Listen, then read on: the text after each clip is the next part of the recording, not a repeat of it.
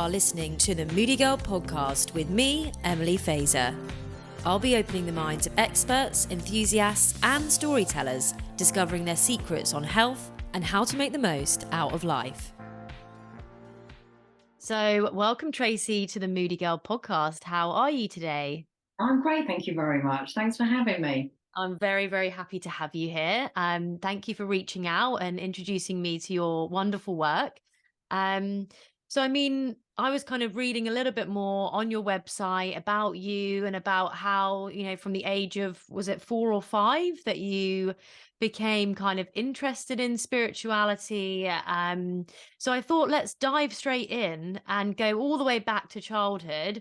And can you let me and the audience know, what, as a 4-year-old or 5-year-old, how did you know what spirituality was?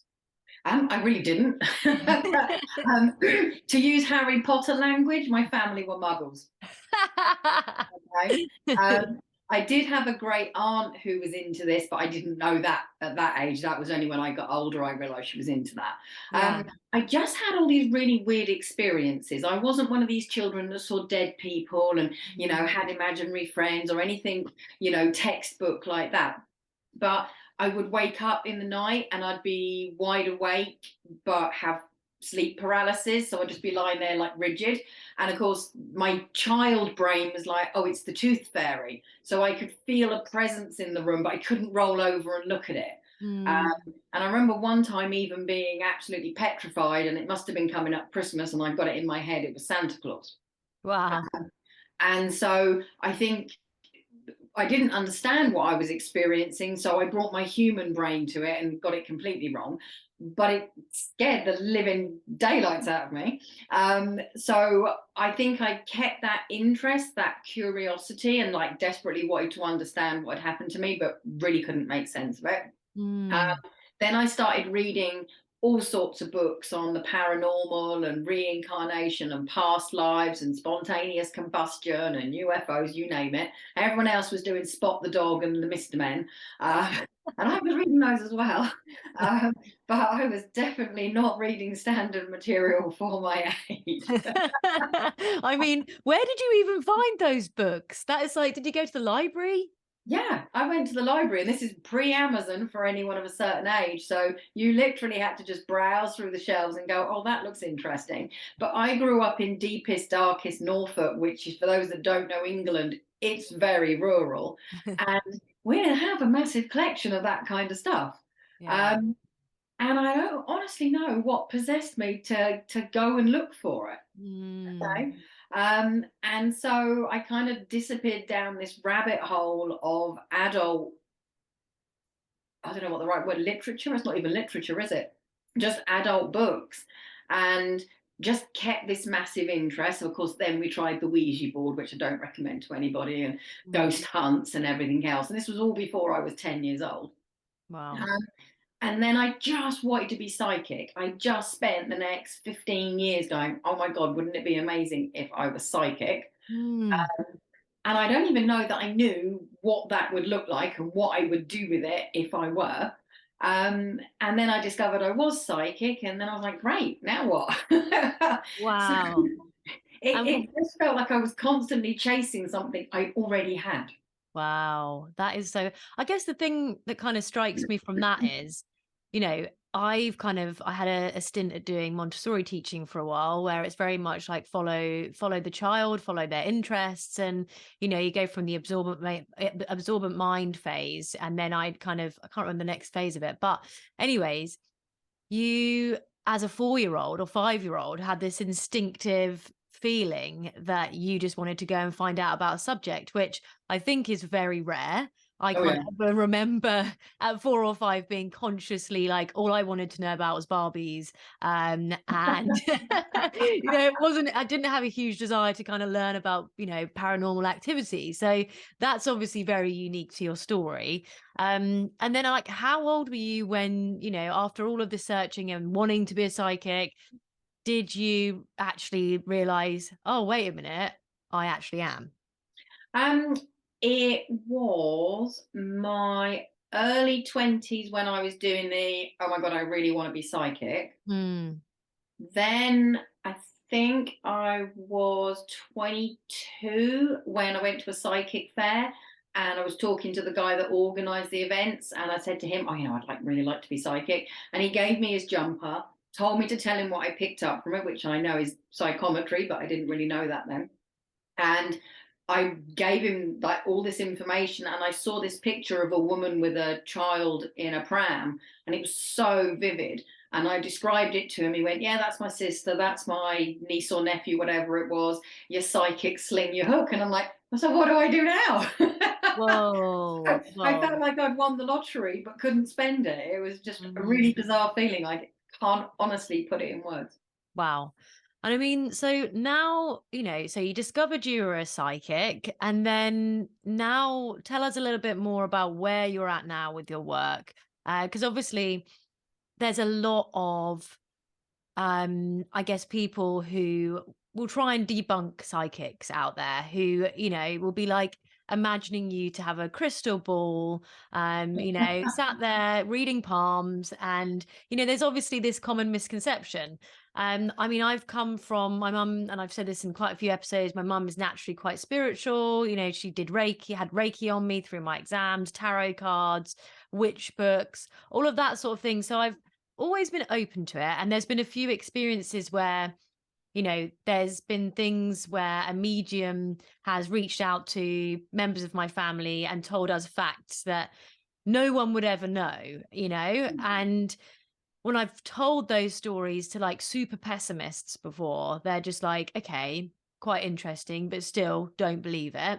But I'm Yeah. like, how would, and I say to them, how would they know though? And there's a whole kind of discussion around that. But, you know, how do you work with people now, with this psychic ability that you have, and then taking it to help with healing?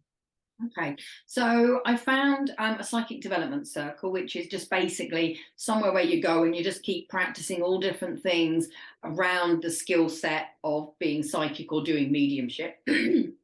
And I kind of spent a long time doing that. And then I had my business that went in the recession, and I was like, "Oh my God, what am I going to do?" So my Mhm. friends talked me into getting my tarot cards out, and away I went and started doing readings, which I don't think was really what I had in mind when I decided it would be really cool to be psychic, but nonetheless, that's where I ended up.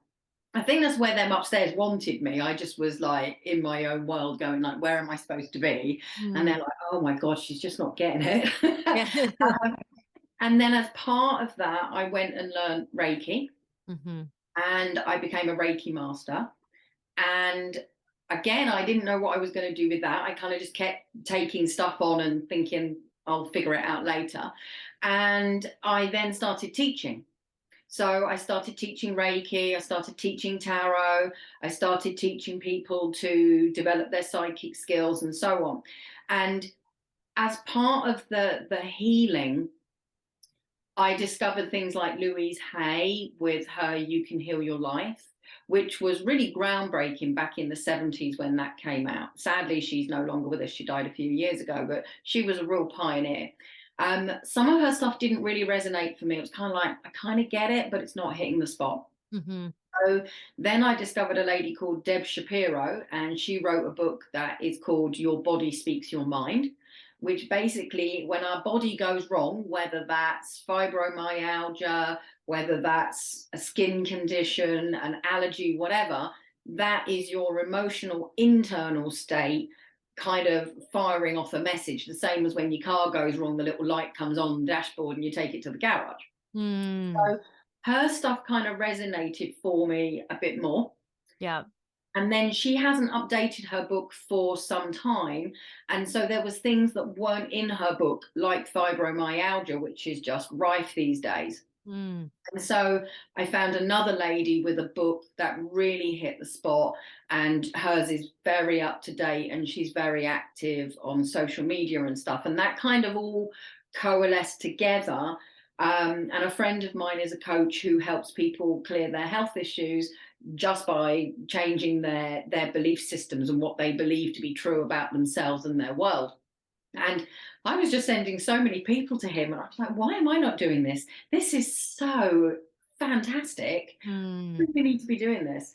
And so in lockdown, I kind of refreshed my NLP, which is neuro-linguistic programming. And I started working with people, particularly on mental health in lockdown, because that's where most people were at. And then I've broadened it since then to encompass things like chronic migraine, thyroid dysfunction, fibromyalgia, PTSD, basically anything that's wrong with someone, I will show them how to heal themselves and to get well of it. Wow. I mean, that's really quite a transition then, from going into like spirituality quite young, exploring that, discovering you were psychic, and then finding something that's very tangible and also something that's quite digestible, I guess, for the modern person who might be still a bit of a skeptic. So, you know, with your psychic abilities and then with your now coaching to kind of get to the root cause of illness, how does that psychic ability help you in a way that maybe other people might not have when they're doing the same work that you are? Okay, so I work very much with energy, which obviously Mhm. we've all got energetic bodies, that's who we are. Yeah. And I use my Reiki within a session because if I'm helping someone remove some trauma, we need to fill it with something positive. So I help them to find a positive belief and then bring the Reiki healing in. I also work very intuitively. So NLP is a conversational therapy, but it's very proactive to begin with, and then it's very reactive. So if you came to me and went, oh, I've got really bad eczema, what can we do about it? I would be very proactive, like, okay, what is the problem? When did it start? Tell me more about it. Mm. Then it becomes reactive because I start using tools where the client is telling me something and I've got to respond to that to help the healing take place. So, Mm. for instance, if they said to me, I had an incredibly stressful job during lockdown, and during lockdown, I suddenly had eczema. I would then look at what exactly was going on that was stressful, and Mm. then we would reframe it, which means to take away the negative emotions they've got associated with it, replace it with something positive, and then allow them to let the healing take place. And I can't script that because everyone is so different and because it is so reactive. And then I ask the client what it is they want to do with that illness, and I get them to ask it what purpose it's serving. Because, like Nanny McPhee, it will come when you need it, not when you want it, and it will leave when you want it but don't need it. Mm. To get them to understand what that condition is trying to do for them is a really powerful part of the healing process. So Mm.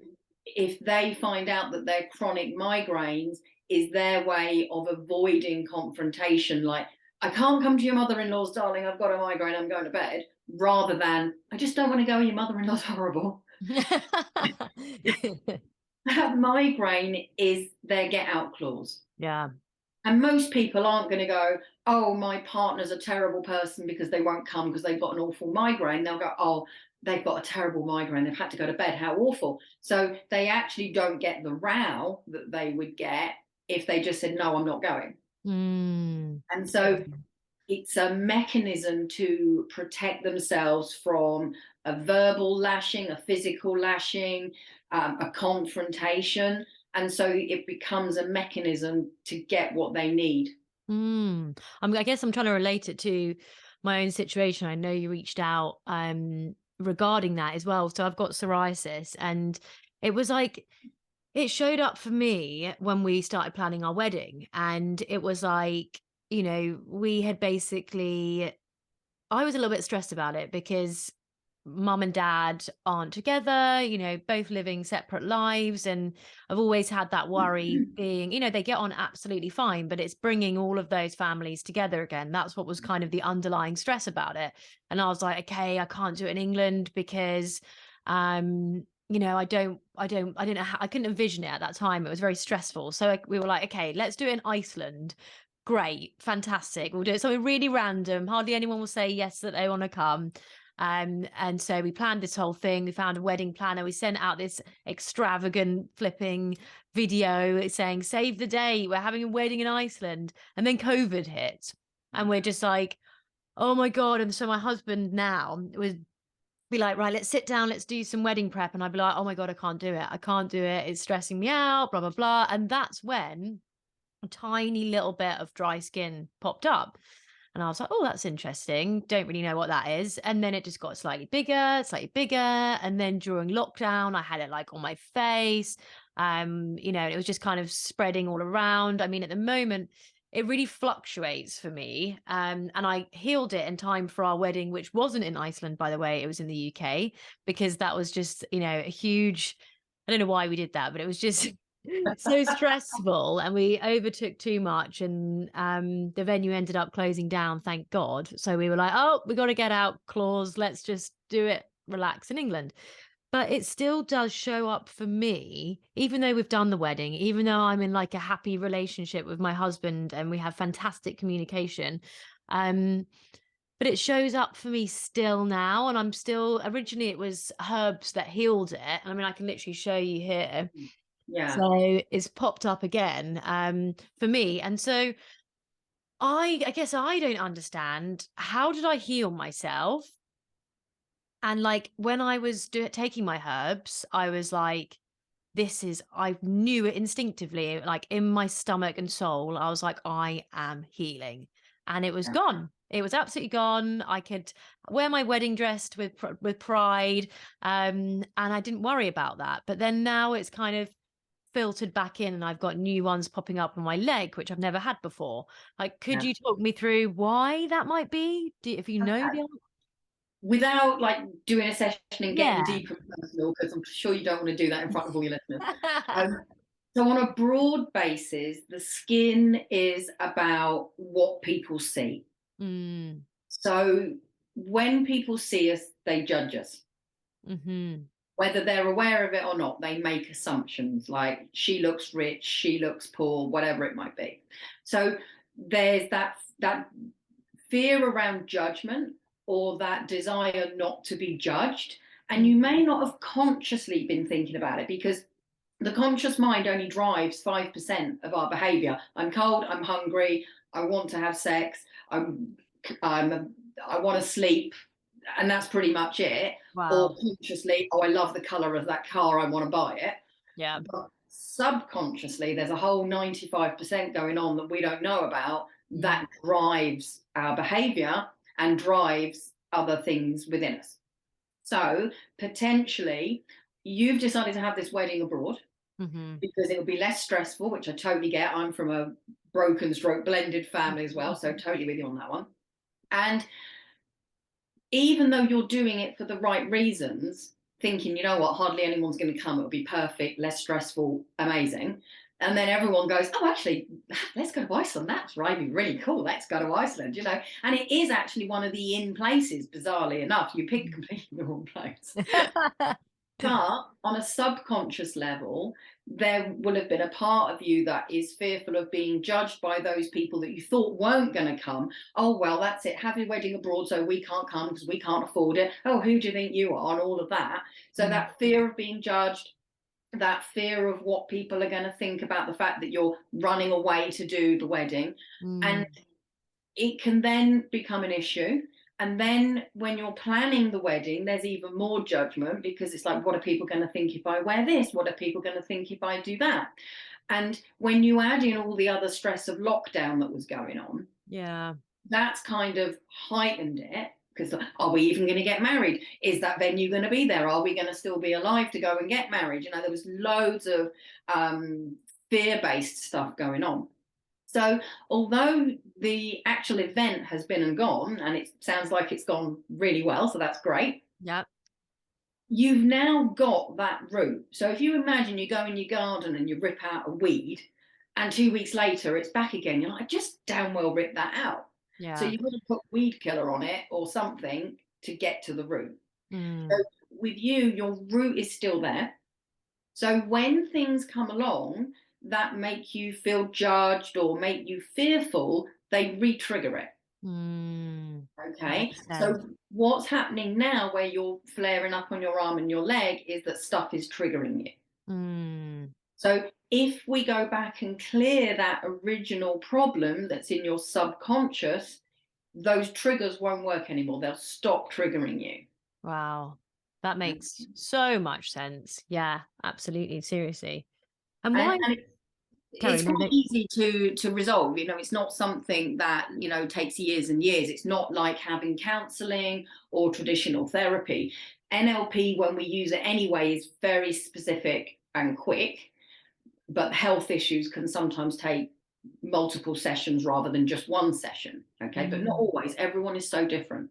yeah, totally. That, I mean, that makes so much sense. I think probably one of my biggest things in life is worrying about what others think, and and that's, I feel like I have come so far from where I was probably a year ago, but it's continually a learning process, and I think that's probably what anyone out there who's listening to this might be experiencing, something similar. So I think it's actually, in a way, it's quite a comforting conversation, because I feel like, you know, for a long time, I thought it was all like physical based. So, like, what I was putting into my body, I was very like obsessive during the lockdown about, can't have gluten, can't have dairy, I cannot touch a glass of wine, I can't have sugar.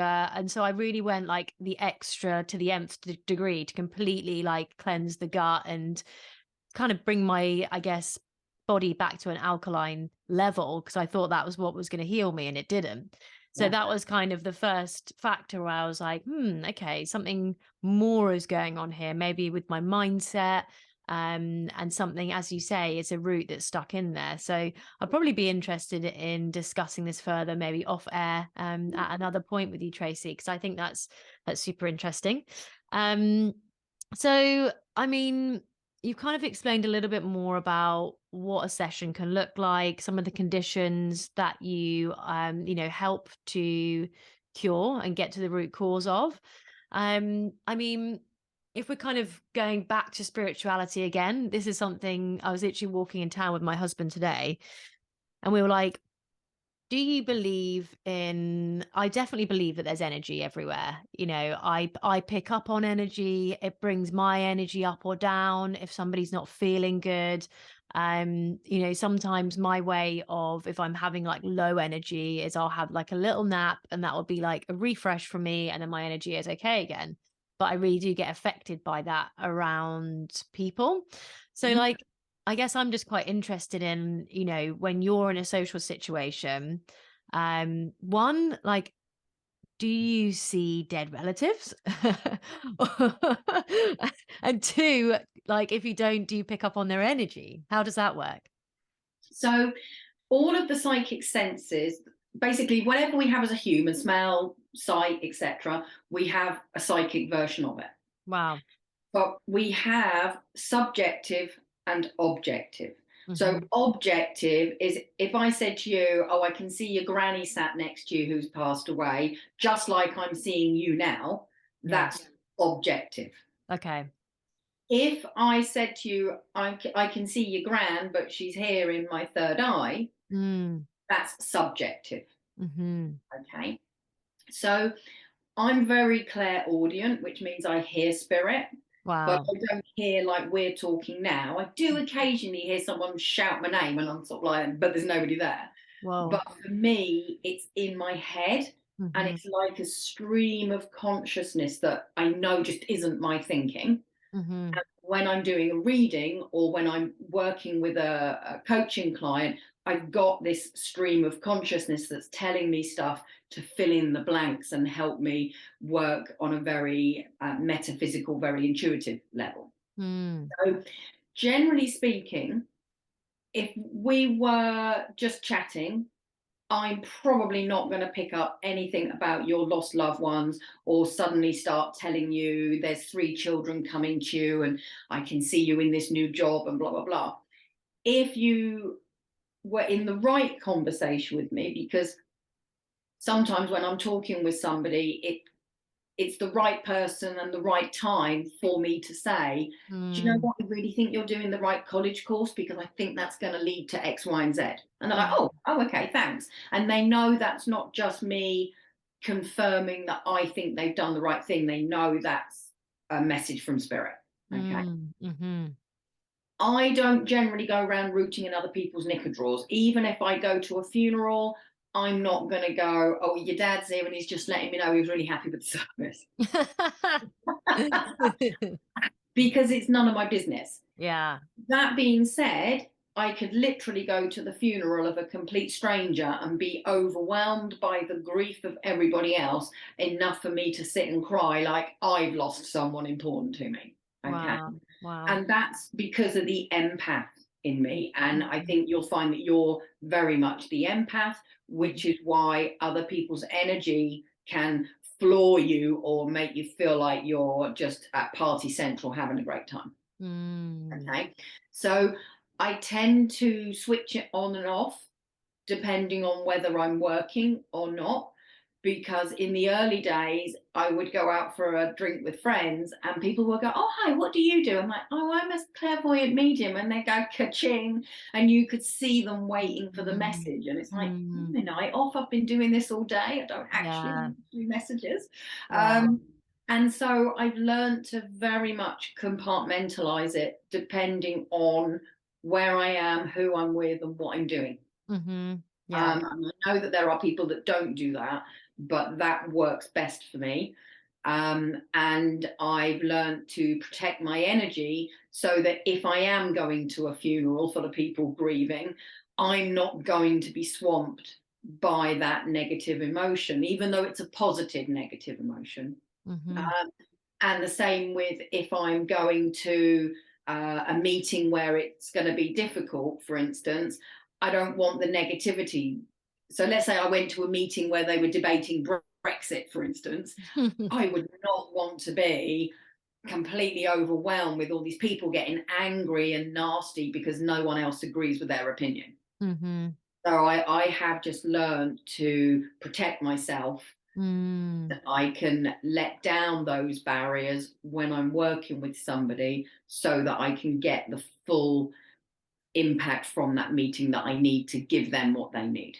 mm. That makes sense. I mean, sometimes, and the more I'm kind of going on this healing journey, and the healing journey is, very broad, but I guess finding out more about who I really am, about what I'm destined to do, about the things that I thoroughly enjoy doing that I've lost sight of as an adult.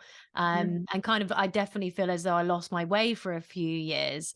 Um, and now kind of trying to, I guess, re go back into environments that I was in maybe pre feeling in way more enlightened in my, my path and choice of living. Mm. I find that really like a struggle at that now. Like I'll go back to things that I was doing before. Maybe it's just like a huge group hang in a pub. Do you know what I mean?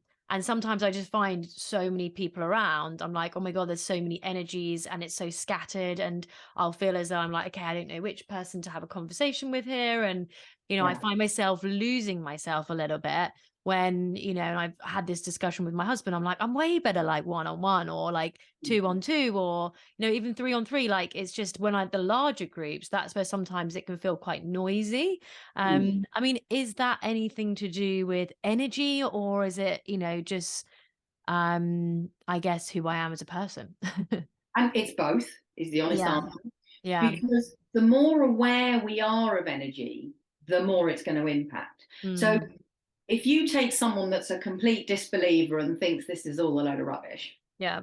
they will still use the appropriate language. They will still say things like, oh my God, the energy at this concert is fantastic. Mm, Or they'll say, oh my God, wasn't that speaker so charismatic? I could feel their personality from here, which mhm, basically means that that speaker's aura is so massive that everybody in the room is touching that aura and mhm, feeling their charisma. mhm. And people walk into a house and they go, oh, this house has got a lovely energy to it. Yeah. Oh, oh God, I don't like the energy here. Imagine going to Auschwitz. Mm. Even those that say they do not believe in this at all, I challenge that they go to Auschwitz and feel nothing, because I don't know a single person that's been to any of the death camps where they have not been affected by the energy that's there, because it's so dense, it's so heavy. There's Mm. no bird calling, there's no insect life. It's just really, really strange. Mm. So we do feel it whether we believe in it or not. Yeah. But if you are someone that's very sensitive to alcohol, one glass of wine and that's you done. Happy days, cheap night out. Yeah. It's the same with energy. If you're Mm. very aware of it and very receptive to it, you're going to pick up on the person next to you who's, I don't know, in a terrible place because maybe they've had a letter from the mortgage company before they went out the door to work telling them they're going to repossess the house because they haven't paid the mortgage. Mhm. But they're trying to keep it all to themselves, and they're sat next to you at work or next to you on the train or the bus, and you're like, God, why do I feel this awful? Mm. Because it's coming off them in waves. Mm. But the same if you sit down next to someone that's found out they're pregnant, but they don't want to tell anyone yet, and they're bursting at the seams with this joyful news, and you're like, I feel really great. I feel really happy. This is really good. It's not yours, it's theirs. Yeah, wow. That's so effectively emotions and energy are contagious, is what you're saying.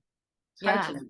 Yeah, I see that. I see that for sure. And like if you're in a group of people and then, you could be, yeah, because sometimes it's just like in my head, I'm like, that feels right to me. Like that type of hang right now makes me feel comfortable. I know that my energy is going to be high. It feels great. And sometimes I'm very specific. I'm like, I really don't want to go to that specific pub. And my husband's like, why? It's just a pub. I'm like, it just doesn't make me feel good. And I don't know why. Yeah, an interesting one. I was gonna say, so for anyone out there who might be in touch with, they could be experiencing, like you and I guess, an energy shift when they're around people, and say they had an energy dip from being in a certain situation, and all of a sudden they really feel like they're crashing and they don't know why. Do you have like any advice for anyone who needs like an energy pick me up after they've maybe been in a situation that's brought them down? Absolutely. And empaths need to avoid the news. It's like putting poison in your coffee and drinking it. Don't do it. Yeah, But yeah. if you have to watch the news, if you can't help yourself or your other half's got the buttons and you don't have control, it's okay to be in a negative situation or to be exposed to something negative, but you've got to counteract it. And the quickest, easiest way is to think happy thoughts. Mhm. Okay. And if you remember the bit from Captain Hook with what's his name, Robin Williams, where he'd forgotten how to fly, and the Lost Boys are going, just think happy thoughts, Peter. And the more he thought happy thoughts, he could fly and he lifted up. Mm, And it's the mm, same with us. So think about your favorite funny movie. Think about your favorite joke. Think about your children doing stuff that makes you smile and laugh. Think about the time you went out with your friends and you're all wetting yourselves laughing over something completely inane, but it was brilliant and you was all on the same wavelength. Think about a family occasion or a great birthday or just being on holiday somewhere that you love, because by thinking the happy thoughts, it will lift your energy back up. And if mhm, you've got access to YouTube, watch a silly little video that you know will make you laugh. Like there's one about a dog that went viral in lockdown, and mhm, people were just absolutely amazed at how funny this dog was. So it can be little things, but if it's in here, you can replay it and your mhm, body will respond, because the body doesn't understand the difference between reality and a memory or a mhm, visualization. So mhm. when we're constantly telling people about the row we've had with the other half, we're constantly reliving it. We're in a loop. It's like Groundhog Day. So Yeah. your body is going to go through all the same emotions like anger, fear, whatever, and that's going to pull you down. So Mm, the exact opposite is true if you do it with the good stuff, and mm, that will lift you up and flood your body with the good stuff, so the dopamine and the endorphins and all the really nice happy stuff, and it will put you back where you need to be. That's also what I found quite interesting that you said there is if you're like talking about an argument that you've had with somebody and say you like speak to one friend about it, then you might speak to your mum about it, then you might speak to your dad about it, then you might speak to your sister about it, then you Yeah. might speak to your cousin about it. And then before you know it, you've literally relived this argument 10 times over. So what would your suggestion be then? Because, I guess we've always been encouraged to not bottle it up and, talk about what's going on in your life. Would you say maybe just confide in one person? Yeah, I would say either confide in one person, preferably the one that's got the balanced view, not the one going, yeah, he's an arse, isn't he? I'll dump him, are you? You want the one who's going to go, yeah, but you were bang out of order too. Yeah, yeah, okay, you're Yeah, right. yeah, yeah. Um, but really, you can just pour it into a journal or Mm, vent at your voice memo on your phone and then delete it because you don't want yeah. to. Because you're right, you do need to let it out. But every time you tell that story, like if we, like, say, for instance, if I chose something from my childhood, I can't even think of anything bad. Let's say that my dad beat me. He didn't, but let's say he Mhm, did. Every time I say to everyone, oh, yeah, I had a really horrible childhood. My dad beat me. mm, I'm trapped in that energy. And mm. that becomes my story. Yeah. And I become the victim. And Mm, that pulls my energy down even more.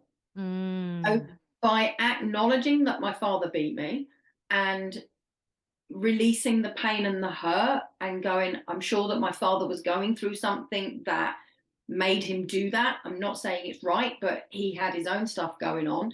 I can then draw a line under it and go, right, I'm not going to keep perpetuating that story. I'm not going to keep living in that energy of 30 years ago.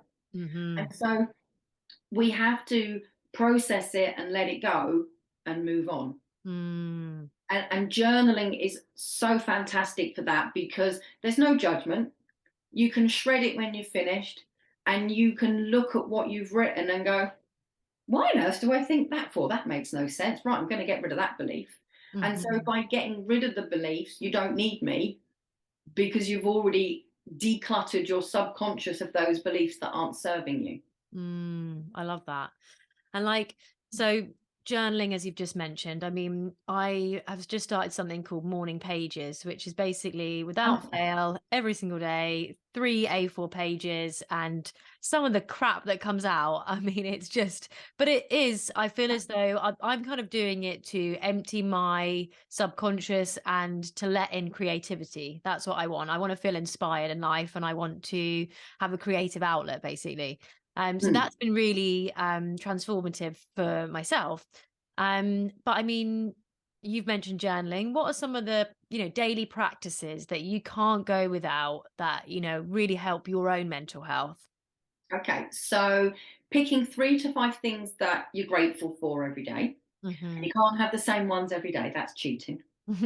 Um, and you might have to really push for it. Some days it's like, oh my God, what am I grateful for? I'm grateful I'm not living in the Ukraine being bombed. Mm, Or, do you know what? I'm really grateful I didn't win the lottery because what the hell would I do with 148 million? yeah, You know, so true. sometimes it can be the absence of something rather than, oh, I'm really grateful for my husband. I'm really grateful for the roof over my head, all the normal stuff. Yeah. And we really need to feel that gratitude. Don't just go through the motions. Because as I said earlier on, when we think about stuff, our body responds. And if you're feeling really grateful, it's really hard to then be going, oh yeah, my mortgage has just gone up and my gas bill's just gone up. So it's really important to focus on that gratitude. It Mm, doesn't mean that you're in your rosy tinted glasses pretending that there's no bad. You're just focusing on the good. Okay. hmm. And if there's something that happens in your day, like let's say that your boss did something that upset you, or he gave you a bad review in your one to one, journal about it, let it out. And then you'll get perspective. Well, was it very fair what my boss said? Well, yeah, actually, he's right. I have been late every day for a month. Hmm. What am I going to do about it? Well, I need to get better organized so I'm not late. Hmm. Because it's so easy to go, oh yeah, my boss is horrible. My boss had a go of it, but my timekeeping and my timekeeping's fabulous. And we go down a rant and it doesn't help us. So journaling is really good at helping us see with clarity the patterns that are going on, the beliefs that we may have. We can see the things that aren't serving us. Like one of my clients, bless her, she just was a worry wart. And Mm. she journaled and she read back over and she went, oh my God, you know what? She said, I'm worried about that for 3 months. And when I actually went and dealt with it, it was no big deal. Mm. All of that wasted time and energy. So she doesn't do it now. She doesn't worry. She That's just, really if a good. problem comes up, she deals with it rather than sitting and worrying about it. That has been transformative for her. And Mm. so little things like journaling can make a huge difference. Meditating, I just find that a lot of people, when they come to me with meditation problems, normally their expectation is here and the reality is here. So they think they're not doing it right. Mm-hmm. Okay. But actually, the reality is what you're looking for. You're not going to empty your head completely. You don't need to sit and chant Om. And, you know, you can just do 10 minutes of focusing on your breath, and that is meditation. Okay. Mm-hmm. What else is good? Exercise or movement is good, even if you're just bouncing around the kitchen making your breakfast with the radio on. Mm-hmm. You Yeah. don't have to go and get a gym membership, but movement is incredibly powerful for us. It's really good. What else do I do that's regular? Oh, goodness. I mean, those are my staple ones. But because I do all my spiritual stuff, I do talk to my guides all day, every day, and I do look for them responding to me. And I do look after my health. I do like my glasses of wine, though, so I'm not a complete temple, you know. But when I get something go wrong with me, if I get something go wrong with me, I will start to delve into it and find out what it's trying to tell me. What am I doing wrong, or what am I not doing that I need to do? And Yeah. I can change things to make whatever the condition is go away. Um, and I think that is pretty much my backbone of my day is doing those practices. To be honest, I don't spend hours doing it. I've got hours to spare. Uh, Mm. and I don't spend fortunes on it, and I don't go and buy loads of fancy equipments, notebooks and stuff like that, and I just keep it simple. Yeah, I Simple. think that's probably what, there's this whole industry of, as you say, like you're not a complete temple or whatever, and that can be actually be toxic. And I think I got into that when I first started on this journey, where I had this misconception that I needed to be 100% like on it all the time, especially with what I was putting in my body. But I think that's realistic. I think what you're doing there, that sounds fantastic. Meditation, key, journaling, key, and exercise, nutrition. So yeah, I mean, all of those things I think are really important. And if the more people I speak to, the same things keep coming up again and again and again. So clearly they work.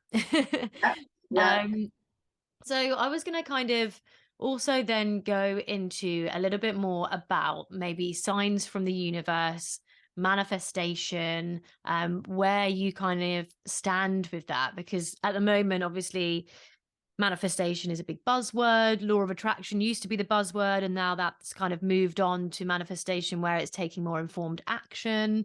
And I was having a discussion with my friend last night, and we were kind of talking about blocks in manifestation. Some of those blocks are stemming from childhood trauma that hasn't been unlocked in your subconscious, and then once that is unlocked, then manifestation and signs from the universe will kind of flow in. So I mean, first question on that is, do you think that the average Joe, or anyone like, the listeners and I, can we receive signs from the universe if we're not absolutely, psychic? Yeah. totally. They're already happening. They're Mm-hmm. already going on around us, but most people are oblivious to them. Mm.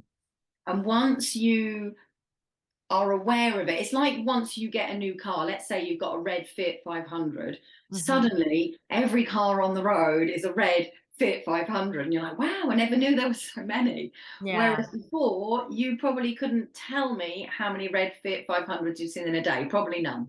Mm-hmm. Okay, so once we start talking to the universe, we had a good one today. The lady I've been teaching Reiki to, she said she pulled a card out and it was the snake shedding its skin, and she'd asked for a sign about a particular thing. And when she got to school where she works, one of the teachers said, "Oh, I've brought in this snake skin that someone's given me. I thought I'd show it to the kids." And she's like, "Whoa, that's very specific. How many times do you come across a snake skin?" Yeah. And one of the kids turned up and they got this string of beads. I don't actually know what they are, but she said you have to iron the beads and then they do Oh, something. I know exactly what you mean. Yeah, yeah, Oh, yeah, good. yeah, Okay. yeah. And he'd made it into a snake. Weird. And she Weird. said that was just so profound. She said there was no Mm. way that I could go, "Oh, is that spirit talking to me or not?" Because it was just so different, so standout to get two things to do with the snake, and neither one knew what the other one had got. So she Mm. said it wasn't even a collaboration, it was just two separate things. And that was a very, very loud yes to the question that she'd asked. Mm. Brilliant. Perfect. Wow. I mean, this is like quite an abstract question, but recently my partner and I, we were lucky enough, we bought a place in Italy, and it's been something that we've been wanting for years and years and years and years. And we had this video that I had ages ago, and I had it on my house. I did like a house Instagram account, and I put it on the story, and I found this really obscure Italian track to put behind this video of driving down to the house.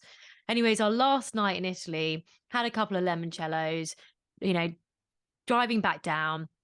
And then we were going down the driveway. And as I was about to do like a last little driving in, to remember it as a memento, the radio came on and the same track came on. This really obscure song came on with exactly the same video, but I was doing it live. And I was like, whoa. I was like, why?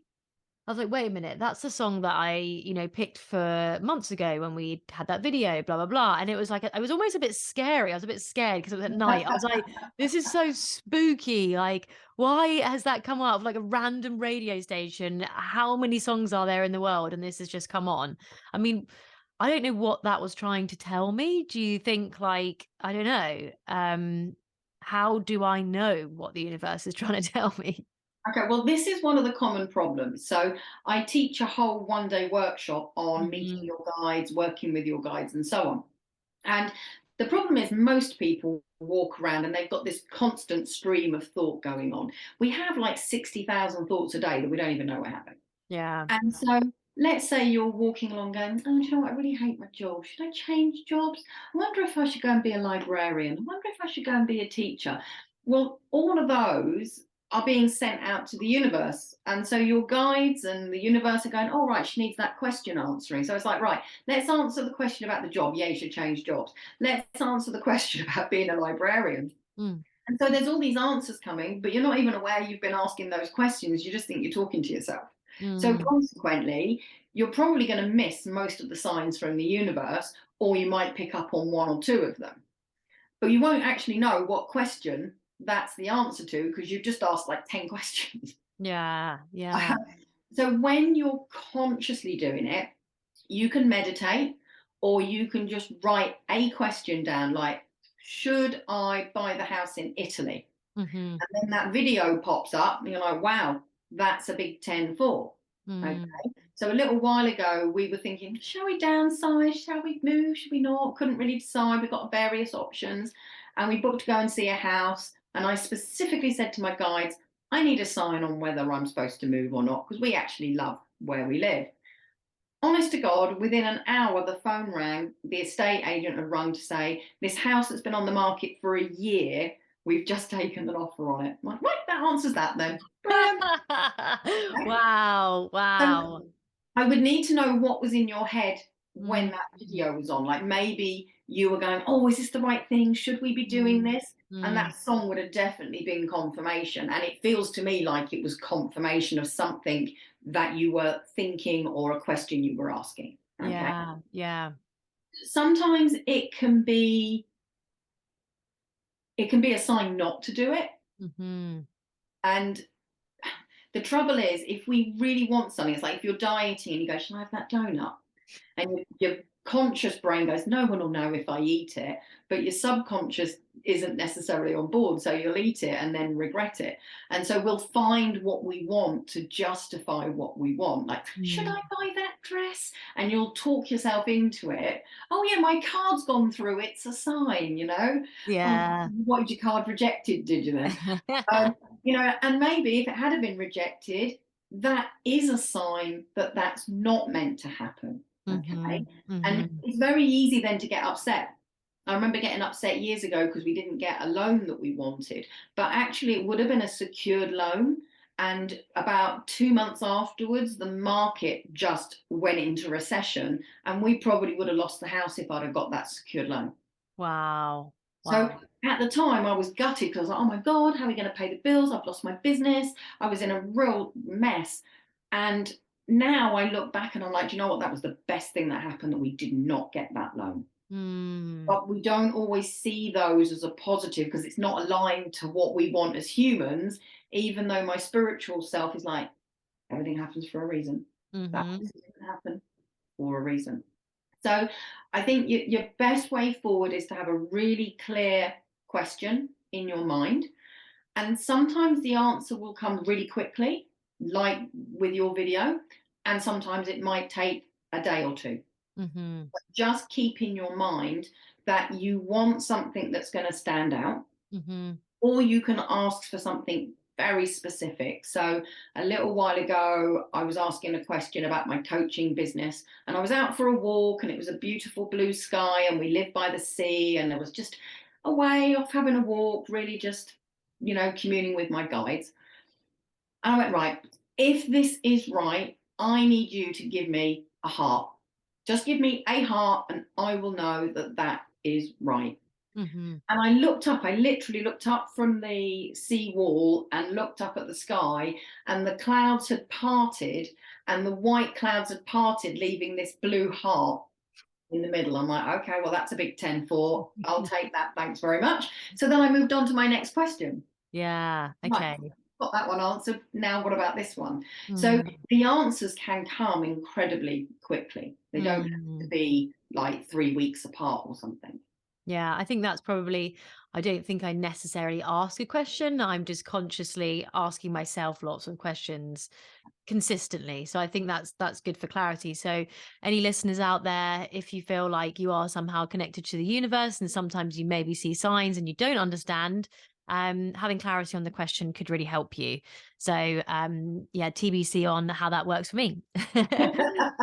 Also, because we are doubting Thomases, we're like, oh, Yeah. am I just seeing that because that's what I want? Yeah. Let's go back to the heart scenario. Had I have seen that heart and gone, well, do you know what? Is that just me seeing that because I want this to be a yes? I Mm, would then go, okay, give me another sign. Give me two hearts. mm, And then something would come along. It might be a poster or the side of a bus, or I might be on Facebook and a picture of two hearts entwined pops up, or whatever it might be. I'll be like, okay, well, that's 2 times I've had confirmation. If you feel mm. like it, go for a third. But me, I don't even go past 2 anymore, and I don't even do that very often. But if you Yeah. need 3 to know that you're not seeing what you want to, then fine.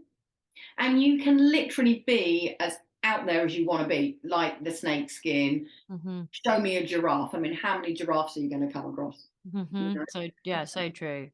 And so you might see an advert where they're using giraffes, but you see that same advert 3 times in a day, and you're like, okay, that's really weird. I've never seen that advert before. It's come up 3 times. So it's okay to not be sure. And Yeah. it's okay to thank your guides and go, thanks so much. Really appreciate you giving me that sign. Can I Mm-hmm. just double check that that definitely was a yes? Can you give me another giraffe? Okay, got it. And just one last question on that. What do numbers like if you keep seeing lots of different like repeating numbers? Is there like specifics to those numbers? No. I mean, I had this conversation with another guest, um, who has like a spiritual energy, but she's kind of more of like a business coach. But starts off as seeing like the 1 1 1 1. That Yeah. was like flashing all the time for me. Now it seems to be like loads of 2 2 2s. Is there differentiation between seeing different numbers? Yeah. Yeah, all the numbers have their own message. Hmm. And if you do keep seeing 1111, that's normally a sign of a new beginning. And Okay. I would just recommend you Google Diana Cooper, because she's brilliant on angel numbers. Doreen Virtue used to be good, but she's kind of disappeared into organized religion now, and she's poo-pooing everything that she ever did. So a lot Okay. of her stuff isn't available anymore. But Diana Cooper's very good on the angel numbers, and I think Kyle Gray might be as well.